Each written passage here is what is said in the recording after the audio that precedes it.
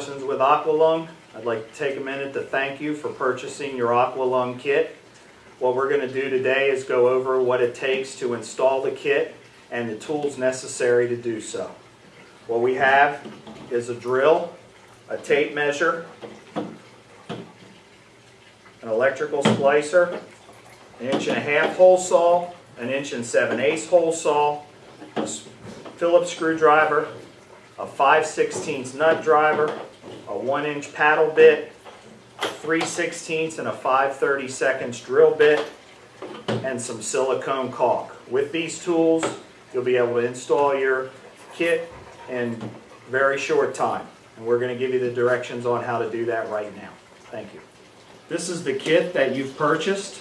It comes with the custom cut, CNC cut top, along with everything necessary to put the kit together. We've set it up so that you don't have to run to the hardware store 50 times getting parts and everything that you need to put the kit together. Everything that you need is included in the kit. What we've done is I've laid out all the parts on the table. Today we're going to show you how to assemble the largest kit that we offer, the 55-gallon penthouse.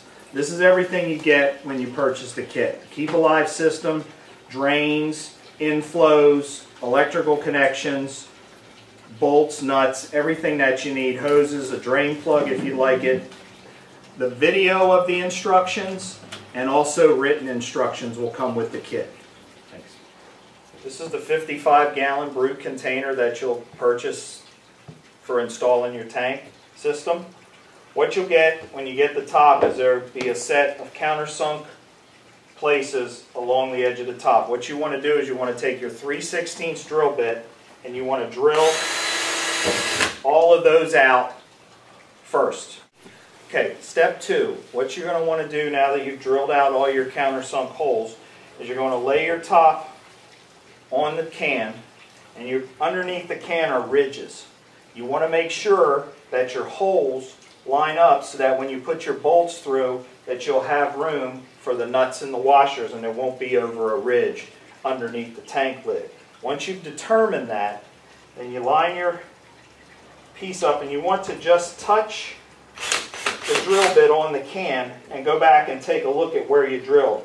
And you want to make sure that that notch that you made is in the center of the lip of the can. Once you do that, go ahead and drill through that hole.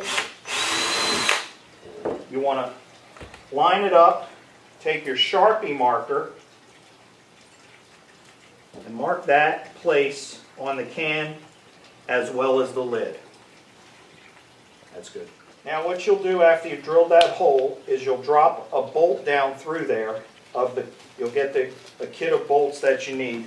You'll drop the bolt down through there, and then you're going to go around the tank and each hole, and what you want to do is once again remember to touch it on the can, slide the can back, make sure the hole is in the center of the can, and then drill your hole through. And then drop your bolt down and do that for the progression around the tank. That's good. Okay, this is step 4. What we've done now is we've drilled all the holes in the lip of the tank to make sure and put all the bolts in it. What you want to do now is take all the bolts out of the lid and then remove the lid, and what we're going to do is we're going to run a bead of caulk, silicone caulk, around the edge of the lid, and that's going to give it the waterproof for the lid. That's good. Step 5. Now that we've put the silicone bead around, we're going to line up our black mark with the bolt and set it down in there. And now we're going to go through and put all of our bolts through the can, and then we're going to bolt it down. We'll take a minute and do that and be back with you at the next step. Step 5 is going to be installing the twist catches. They came in your kit. They're in a plastic bag. It has the twist catches, the nuts, the washers, and the bolts necessary to do it. You need your drill bit and the 5/32 drill bit. There's 3 black marks in the top. You're going to drill them out all the way through.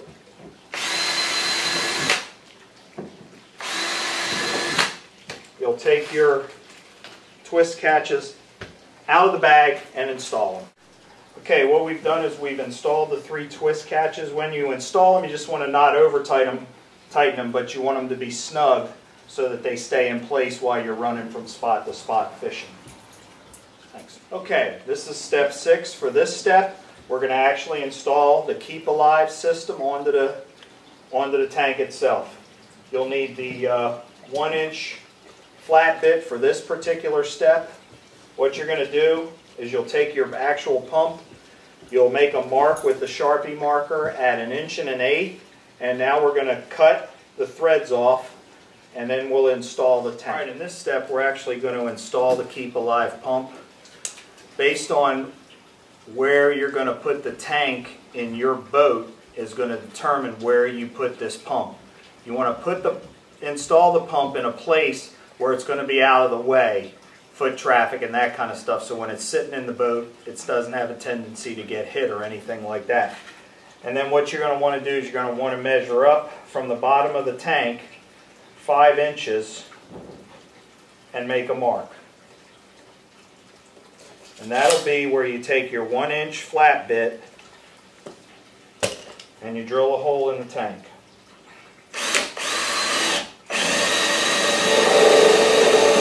Step, we're going to install the directional discharge of the Keep Alive.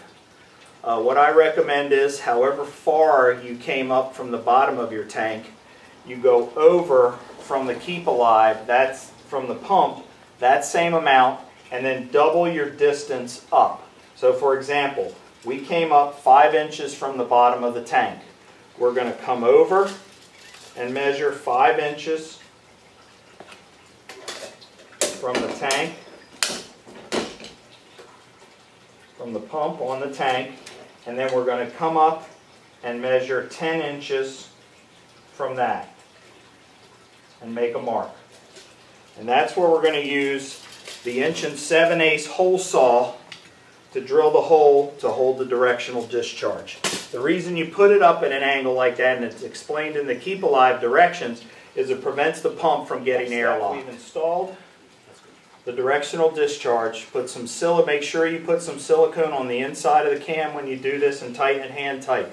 Next step is, well, we said you don't have to run to the hardware store 50 times. We've included a piece of hose already in the tank and the hose clamps that you need. What you need to do is cut your hose to the measure it, cut it the length, push it on, and then tighten down your hose clamps. And I've gotten this part of the installation completed. Next, we're going to install the air control valve for the Keep Alive system. The best place to install this is on the handle of your tank. So find a place. What I do is I figure out where's a good place with the flange and line it up, and then I can just put the bit on there, cut it out. The air control system as per the Keep Alive instructions with the backflow preventer. It just allows the air to come in one direction and doesn't let water run back up through the system. And once you're done that, we're ready to move on to the actual install of the inflow and outflow of the tank itself. Alright, the next step is going to be installing the inflow fresh water flow for your tank. What you're going to do is determine where your pump is located and the best place that it's going to work for you on your pump.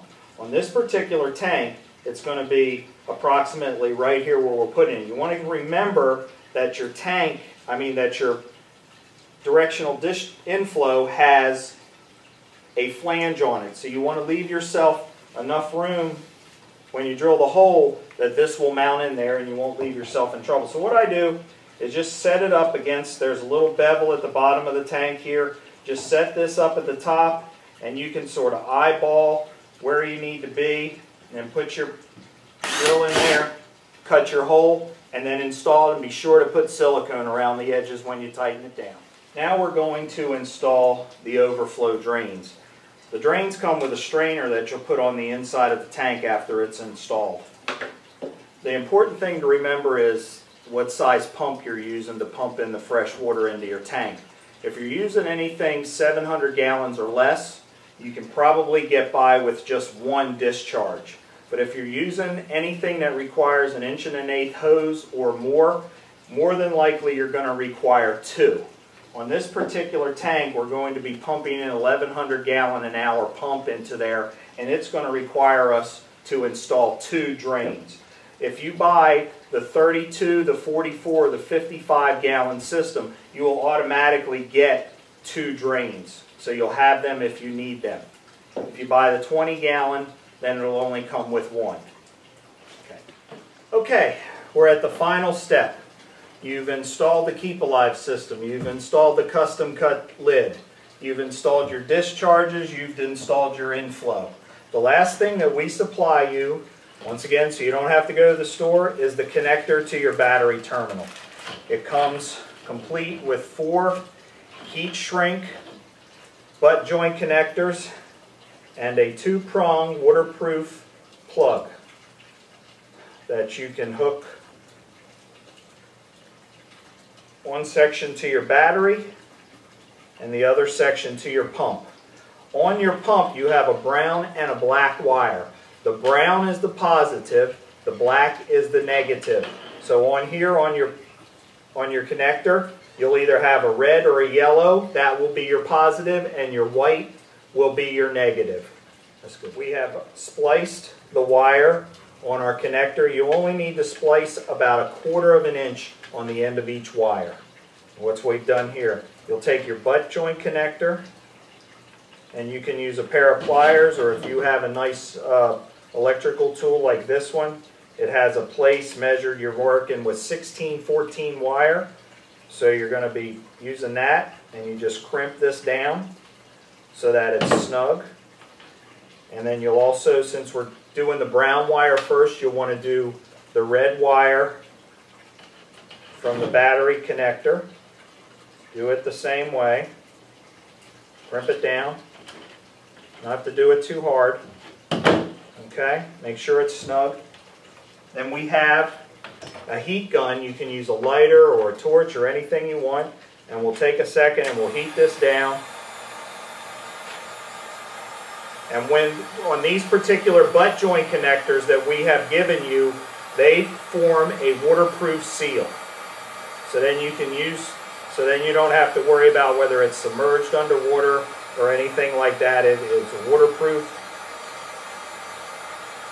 Okay, we've made the butt joints connections. We've heated the shrink tubing down over the wires. The only thing left for you to do would be to figure out how you're going to connect to your battery and go ahead and make those connections. Once again, we want to thank you for purchasing the Aqua Lung system. We know it'll be a great system for you. It has been for us. It's been a proven tournament winner. We have only fished a few tournaments and have placed in several of them, so we're ecstatic about it, and we hope you are the same. Thank you.